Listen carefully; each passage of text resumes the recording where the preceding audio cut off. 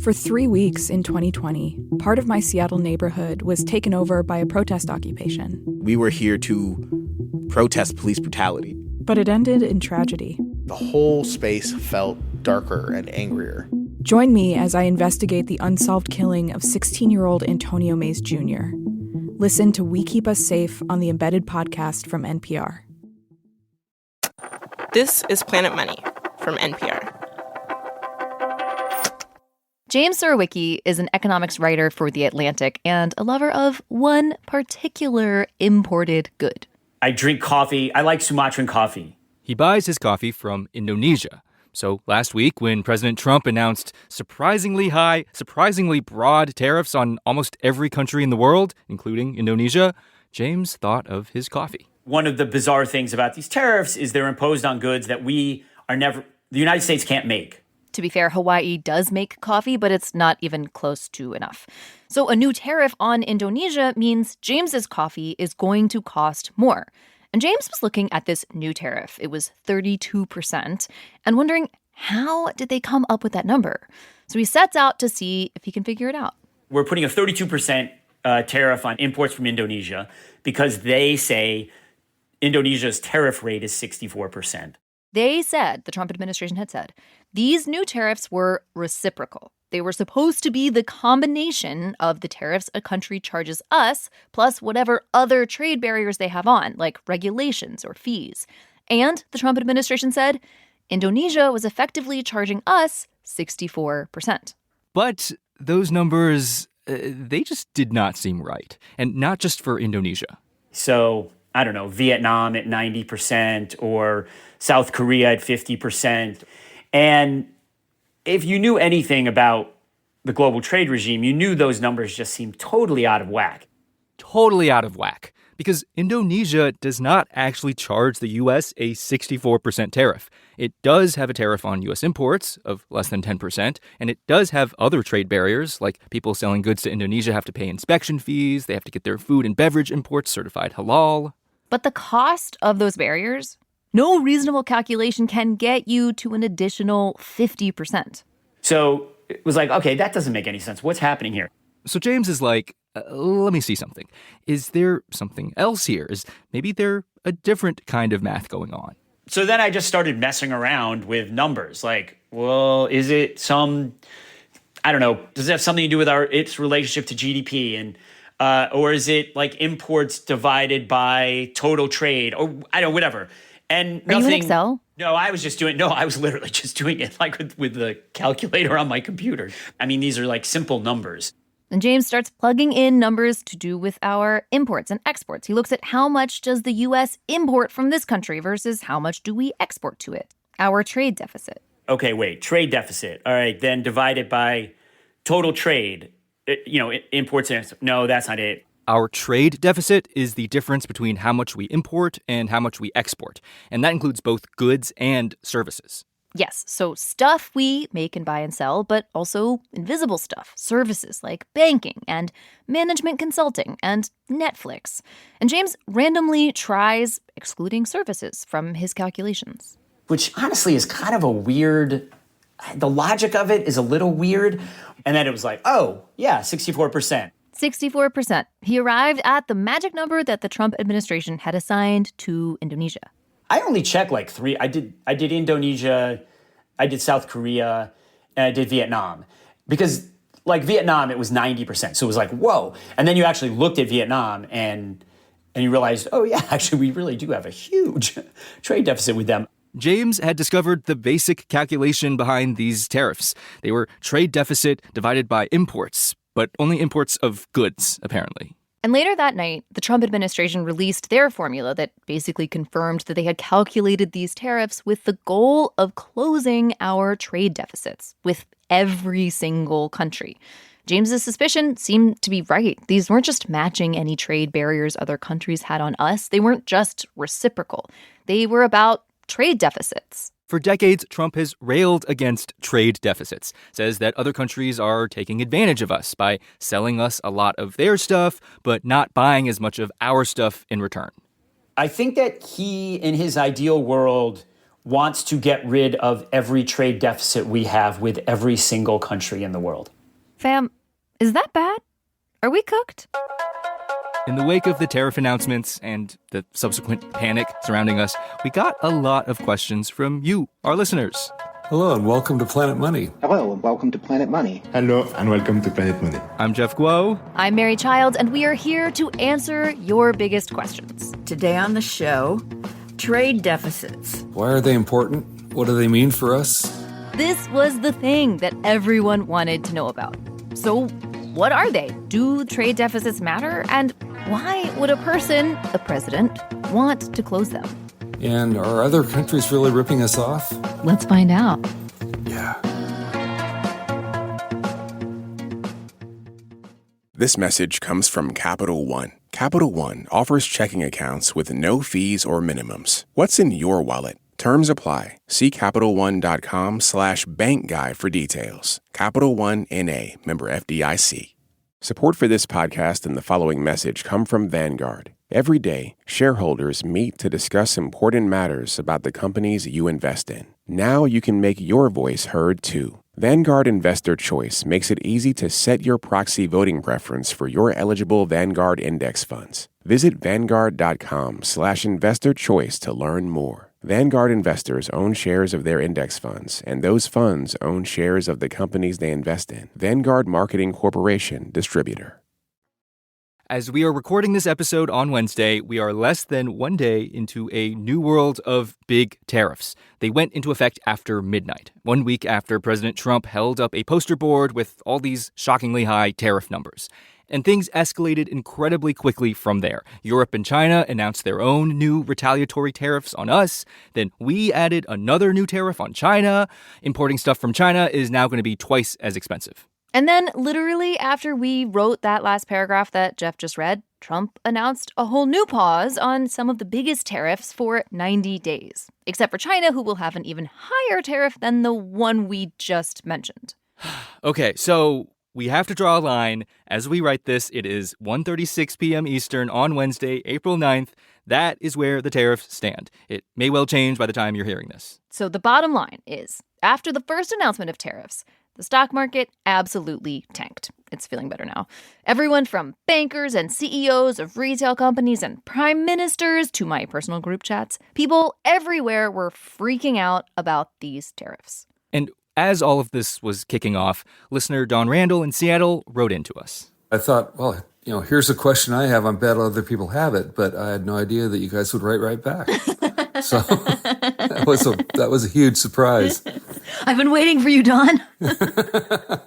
Don wanted to know, actually a lot of people wanted to know, about trade deficits. So my question is, why are they important? What do they mean for us? When I balance a checking account, being out of balance has a bad consequence. Is that true for trade deficits? And are other countries really ripping us off? Okay, so that's actually a lot of questions. We will take them in sort of that order. First off, on a very basic level, what even is a trade deficit?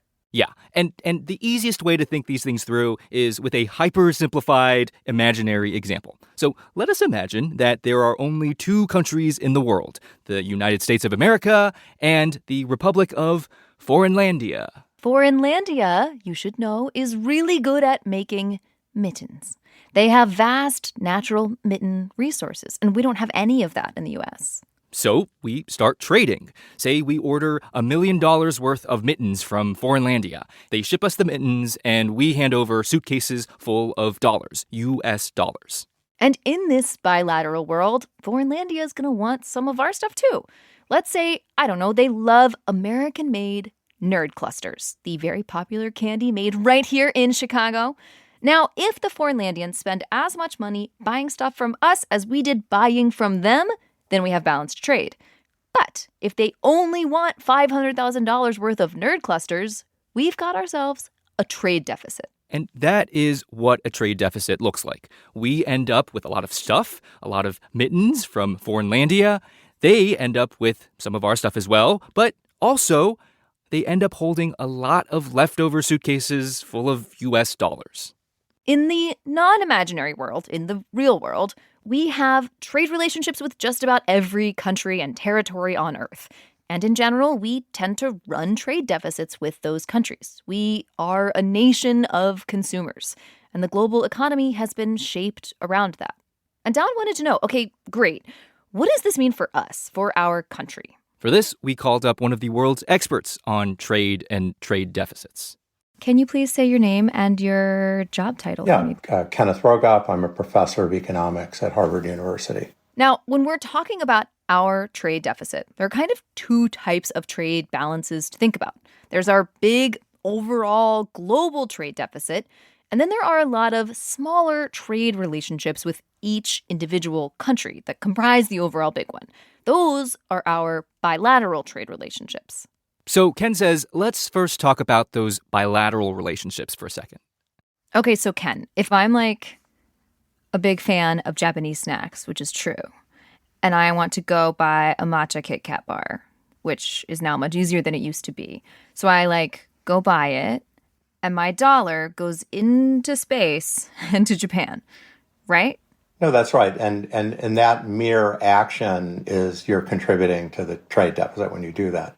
And Ken says normally it's okay if, say, we're buying more stuff from Japan than we're selling to them. So it is fine for me to just buy a matcha Kit Kat. You don't have to run balanced trade with Japan. And one of the reasons individual countries run trade deficits with each other is because different countries make different things and also want different things. Like in the U.S., we just can't grow a lot of coffee or bananas because of climate. But we do actually export a lot. And what we are comparatively better at is invisible stuff, less tangible things. We actually have a trade surplus in services. We export cloud storage, tickets to a show in Vegas, an HBO subscription, a JP Morgan bank account, or a seat at Ken's class at Harvard. We just kill it in that stuff. We dominate. On the other hand, if you're looking at bicycles, no, we import them. But not everybody's good at everything is sort of the basic idea of trade. Right, trade. Ken says we do what we're good at doing, which in my case is, comparatively making podcasts. And then we purchase the yield of what someone else is better at doing, which is making matcha Kit Kat bars. We don't have to sell them the same thing. We can sell them tech services. We can sell them banking. We don't have to sell them candy bars back.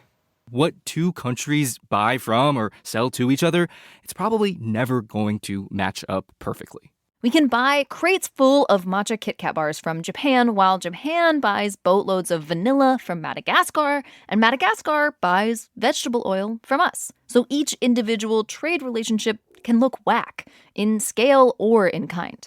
This is why the U.S. trade deficit is generally considered in the aggregate, the big global overall number, as opposed to the 200-some individual bilateral trade relationships we have. So when President Trump last week announced these new tariffs that aimed to close each bilateral trade deficit, Ken says he thought that was nuts. I'm not somebody who just automatically assumes if Trump did it, it's stupid, or if Trump did it, it's wrong. And actually, if he just put 10% tariffs on everyone, it's a tax. It's bad. Maybe I don't agree with him about who he's taxing and who he's not. If he just put the tariffs on and went home, not a great idea, but let's not all get worked up about it. They just seem to pull this out of thin air because the boss doesn't like bilateral trade deficits. And Ken even said there may be some method, some logic behind putting tariffs on every single country in the world. Just to be a little bit generous, he's concerned that if I just slap tariffs on China, they'll route it through somewhere else. That's been happening through Mexico. So he wants to stopgap that. Ken used to be the chief economist at the IMF, trying to lend to developing economies to help them grow. So balancing trade with all of these tiny countries where people don't have money to buy lots of stuff from us in the first place seemed also nuts. My heart really bled for Sri Lanka. They've had a horrible financial crisis. It's just a terrible situation there. And we put a big tariff on them for what? I mean, how are they going to dig their way out of their debt problem if they have those tariffs? But the administration is not concerned with Sri Lanka. They are concerned with the U.S., with closing our trade deficit, with individual countries, and also the overall trade deficit. And if you look at our overall trade deficit, it is pretty big, the biggest in the world, actually. And is that bad? That's after the break.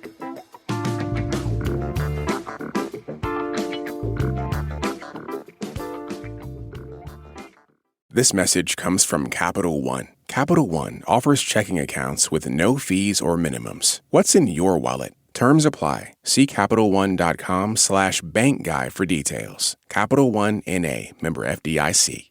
Support for this podcast and the following message come from Vanguard. Every day, shareholders meet to discuss important matters about the companies you invest in. Now you can make your voice heard too. Vanguard Investor Choice makes it easy to set your proxy voting preference for your eligible Vanguard index funds. Visit Vanguard.com/investor choice to learn more. Vanguard investors own shares of their index funds, and those funds own shares of the companies they invest in. Vanguard Marketing Corporation, distributor.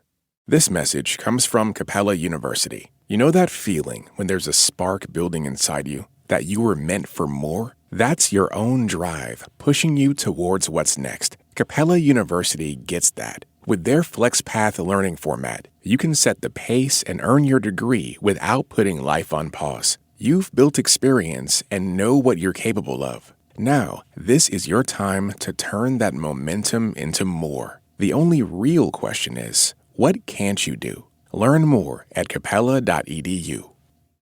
America is running a global trade deficit. Since the late 1970s, we have been importing more goods and services from everywhere than we are exporting to everywhere. And, it is fair to wonder, a lot of people have, is any of this okay for our economy? Or, as our friend, listener Don Randall put it, will there be bad consequences for not balancing our trade? Well done. There is one thing trade deficits do that we haven't talked about yet. It has to do with where the money goes. When we run trade deficits, when we buy stuff from other countries, they end up with our dollars. So our trade deficit spreads dollars all over the world. So allow us to briefly return to our overly simple hypothetical example with just the United States and Foreignlandia, the only two countries on the earth. And picking up where we left off, we were running a trade deficit with Foreignlandia. We were buying more of their mittens, but they were buying less of our nerds clusters, which meant that the folks of Foreignlandia, they had all these extra US dollars lying around. And what can the citizens of Foreignlandia do with those leftover dollars? They could stuff them under their mattresses, or they can spend them in a place that takes US dollars, so the US. And if they're not using those dollars to buy our stuff, then the only thing left to do is invest those dollars in the United States. Right. They might put those dollars into our banks, and our banks would then lend those dollars out to other people. They might put those dollars into our stock market or buy into a fancy Silicon Valley startup, or they could loan those dollars to American businesses or to the U.S. government. And this is basically how it goes in the real life world. Because if you have US dollars, there are still really only three things you can do with them. You can stuff them under your mattress, you can buy stuff or invest in stuff in US dollars. The only difference is here in the real world, you can trade them for another currency. But then someone else has the dollars and they still have to stuff them, spend them, or invest them. And our economist extraordinaire, Ken Rogoff, he says what eventually tends to happen with all these dollars that end up in the hands of foreigners is that they invest them. They invest them back in the American economy. The mirror image of the trade balance is that these countries can take that dollar and they can go in, they can buy stock, they can buy treasury bonds, whatever. And over the past half century, the prices of basically all those assets have gone up. And that has contributed to their wealth and to ours. We've been doing amazing in producing wealth. Ken actually has a book coming out called Our Dollar, Your Problem. When people think about trade, often they're just thinking about the goods and services countries are selling to each other. But in that mirror image, on the flip side of this, there are dollars. The more we import from other countries, the more US dollars end up in foreign hands. And if people from other countries are not spending those dollars buying our goods or services, then they are investing it in our assets because it all has to balance out. And so if you want to assess who is winning and losing, whether trade deficits are good or bad, whether anyone's getting ripped off, you have to track where those US dollars are going. And you can actually look up where those US dollars are going. The Bureau of Economic Analysis publishes these charts. As of 2024, foreigners owned about $62 trillion of US assets. They own almost a quarter of our government debt and about 20% of our stock market. So is any of that good or bad for the overall economy? Well, all that investment does make some people uncomfortable. It does intertwine us with our trading partners, including ones that may not be aligned with our political goals. But from the perspective of the health of our economy, it kind of depends on where they invest the money and how we end up spending that money. Take government debt, for instance. Other countries are eager to buy our government debt, to lend to us at low rates. The right question is, why is your government running a deficit? Is it doing great investments? Is it building infrastructure? Is it doing schooling? Is it doing things that you want it to do? Are you happy with how you're borrowing? The same goes for companies. Are those companies taking all that money they're getting from investors and spending it on productive things like building factories or funding high-tech research and development? And the answers to these kinds of questions, you're not going to find them by looking at the trade deficit itself. You kind of have to look at the American economy as a whole. And Ken says, look at our GDP. By that measure, we've been growing faster than basically any other advanced economy. We have just danced over the rest of the world the last 20 years. We have been the envy of the world. Our economy is not terrible, or at least wasn't until a couple days ago. It is fantastic. And part of why we have a trade deficit is everybody wants in. They want to invest in the United States. Yeah, what Ken is saying is that in other countries, they're using less of their US dollars to buy stuff from us because they'd rather buy a piece of Apple or Nvidia or other companies, which can help companies maybe buy more equipment and hire more workers. It makes our trade deficit worse, but it might help our overall economy grow faster. In fact, we were doing so well. They wanted to have a bit of surplus with us so they could get in on the action. It's a complex system, but it hasn't worked badly for us. It hasn't worked badly for the economy overall. But there have been trade-offs. Like, all this money flowing in has been great for the federal government because all that demand for our debt means we get charged lower interest rates. It's been great for companies and people who own stocks and bonds. But if you don't own any of that stuff, maybe that's not great for you. And the trade situation itself has created winners and losers. All the cheaper imports that fuel the trade deficit, those were very hard for U.S. manufacturers to compete with. And so lots of U.S. manufacturers and manufacturing jobs are gone. So listener Don asked us, is a trade deficit bad or good? And the answer is, it really depends on what is underlying the trade deficit. Yeah, a trade deficit can be a sign of bad things, like maybe your economy is consuming too much stuff, or your economy isn't making anything that people want to buy. But a trade deficit can also indicate that good things are happening. For us, part of why we have a trade deficit is, as a nation, we buy a lot of stuff. But also, like Ken says, because countries out there are really eager to sell us stuff for lots of reasons, like to build up their own manufacturing industries, but also because they want our dollars, want to invest in our economy. And that's why Ken says that most of the time, the trade deficit isn't the most useful metric. We tend to think it doesn't matter a heck of a lot unless it's giant and very big compared to what it was a year ago or 2 years ago. Now, I have worried when it was really big. Yeah, like 20 years ago, around 2005, when all of a sudden our trade deficit jumped. It was much bigger. And it had gone up very, very sharply. And I thought something was wrong. With other economists, he wrote papers about this alarming, sudden growth in the trade deficit. And what Ken eventually realized was that the real problem wasn't this sudden rise in the trade deficit. That was just a manifestation of the problem. The real problem was in the mirror image. It was about where those dollars on the other side were going. We had relaxed our regulation too much, our banking regulation, our mortgage regulation, and we're making it too easy for people to borrow. And so that was sucking money in from the rest of the world, and they were investing. All that foreign investment was showing up in the trade deficit. People in other countries, instead of using their dollars to buy our airplanes or our oil, they were using it to invest in our housing market and financial markets. And those markets kept going up, up, up, until they crashed in the financial crisis of 2008. The trade deficit had been a sign, one of many, you could argue, that something was off, overheating. So Ken says the trade deficit, it's more of a diagnostic tool. It's just a way to measure, to see what role a country is playing in the global economy. Think of your body. Okay, something hurts a little one day, doesn't the next day. And, you go along, you get used to it. You don't even think about it. Think of that as a small trade deficit. And then one day, my arm hurts. Okay, you want to go, why is it hurting? What changed? What's different? As with your body, a sudden change might mean something's wrong. But if it's just daily aches and pains, it's probably fine. And those pains might even be good. It could mean that you just worked out really hard and are a little bit sore. Right, the economy was getting swole.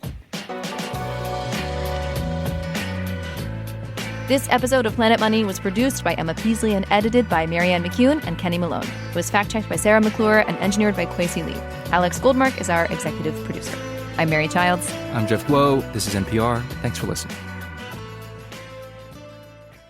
This message comes from American Home Shield. An AHS home warranty helps protect your major systems and appliances no matter how old. Do you have an unreliable AC or a leaky water heater? AHS understands the headache and financial burden of surprise breakdowns. With an AHS home warranty, they'll fix a covered item when it breaks, and if they can't repair it, they'll replace it. Plus, as a benefit to select plans, you can even video chat with a repair expert to help troubleshoot home hassles over the phone. American Home Shield. Don't worry, be warranty.